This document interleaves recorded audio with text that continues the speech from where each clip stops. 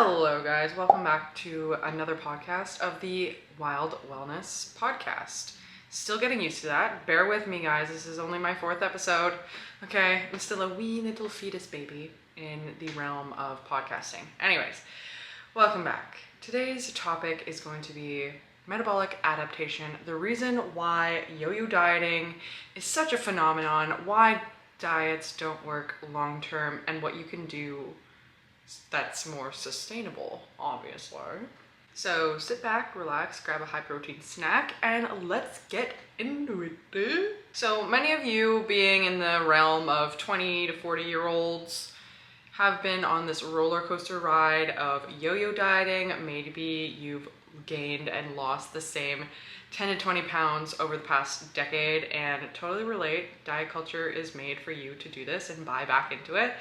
If you have watched The Biggest Loser before, this is a prime example of what metabolic adaptation is.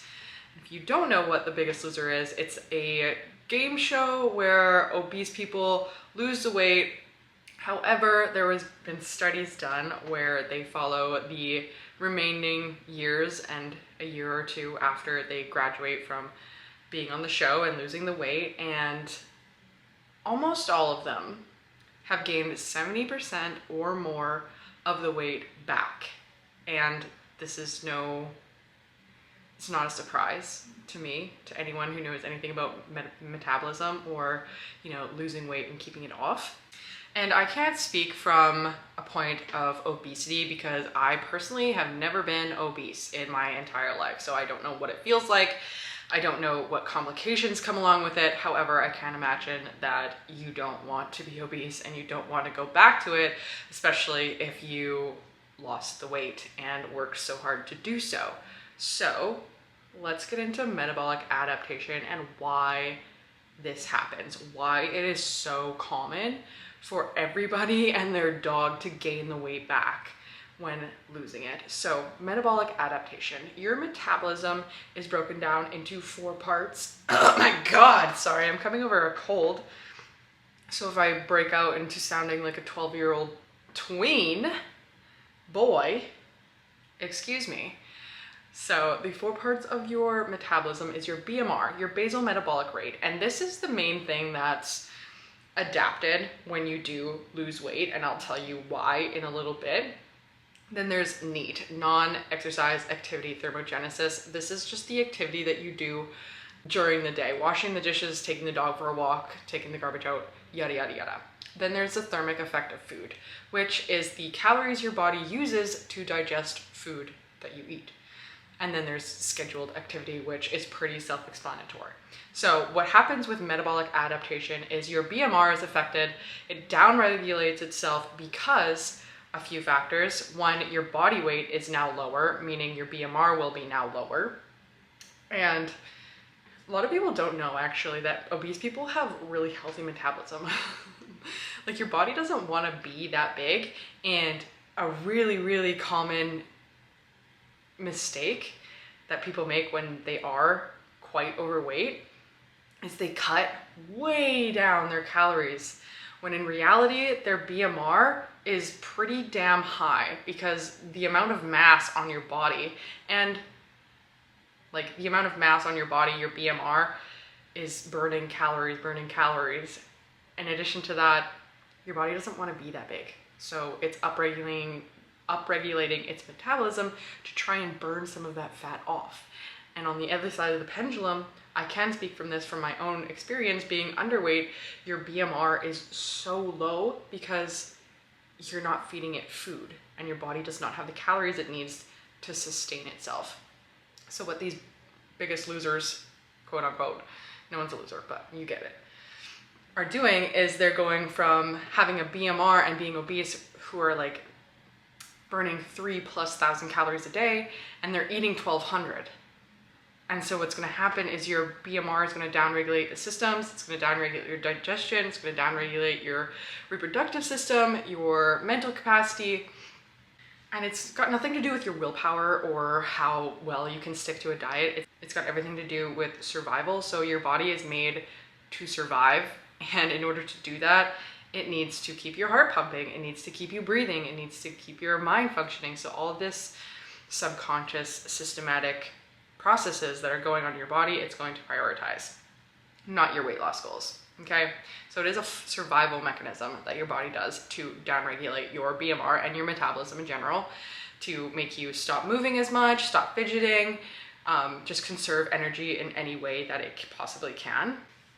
In addition to that, another big factor that played into the regaining of all of this weight on specifically the participants was your hunger hormones, and specifically ghrelin, your hunger hormone that kind of pangs you to eat and gets you thinking about food, gets your tummy grumbling. This increased after the participants lost a bunch of weight, while simultaneously lowering leptin levels. Leptin is your fullness cue. It's your fullness hormone. It lets you know that, I'm satisfied. And studies have shown this persists long after they lost weight, meaning that it's probably going to be very easy for you to gain the weight back if your hunger cues are upregulated, if your hunger hormone is upregulated, because no one can fight off the urge to eat forever. There's going to be a time where you need to release some of that tension, and this is kind of where binge eating comes in as well. When you're dieting for such a long period of time at such low calories, your body's going to give, and it's nothing to do with your willpower. It's got nothing to do with the diet. You don't need keto, you don't need anything else. You just need to eat to sustain your body. And another thing that nobody knows is, it's easy to lose weight. It really is. Everyone and their dog has lost weight in their life, right? Yeah. It's your exit plan, your exit strategy that's going to make or break the sustainability of your weight loss program. And again, this is what the diet industry doesn't want you to know. They don't want you to succeed because they want your money. Another factor that played into the regaining of weight and metabolic adaptation is one that's not really talked about a lot, and it's the psychological factors that come with yo-yo dieting and gaining and regaining, or gaining and losing the same 10, 20 pounds over and over again. It really does damage to your self-esteem and your self-trust. So the more that you break trust with yourself, the less confident you're going to be in your abilities, right? So if you keep gaining and losing the same 20 pounds, what's going to be different about this time? And you're going to find excuses in order to binge and overeat and do all of these things to gain the weight back, because that's just what you do. And it can become some kind of like addictive cycle where you're gaining and losing, you're on and off. I don't know if you relate to this, but when I was in my binge eating times, I would lose some weight, I would weigh myself religiously, and whenever I saw a specific number on the scale, for me that was like 130, 135, not to get into the weight, but trigger warning, whatever. I would then binge the day or the next day, because it kind of gave me a go-ahead to go and eat copious amounts of food because I quote-unquote earned it. And on the other side of that, when I saw a number that was over what I expected, or something that I was disappointed in, I would also binge and overeat because I was sad, and that's kind of how I coped with my emotions. That's how I learned to cope with emotions. And that was thanks to constant years of yo-yo dieting, being on and off the same toxic relationship with food. And it's just not a happy place to be in. And finding food freedom and finding sustainability might mean that you have to step away from that big dopamine hit that you get from overeating, from binge eating. And that's a hard thing to do, something that we don't want to let go of, but bringing awareness to it is the first step to kind of overcoming that.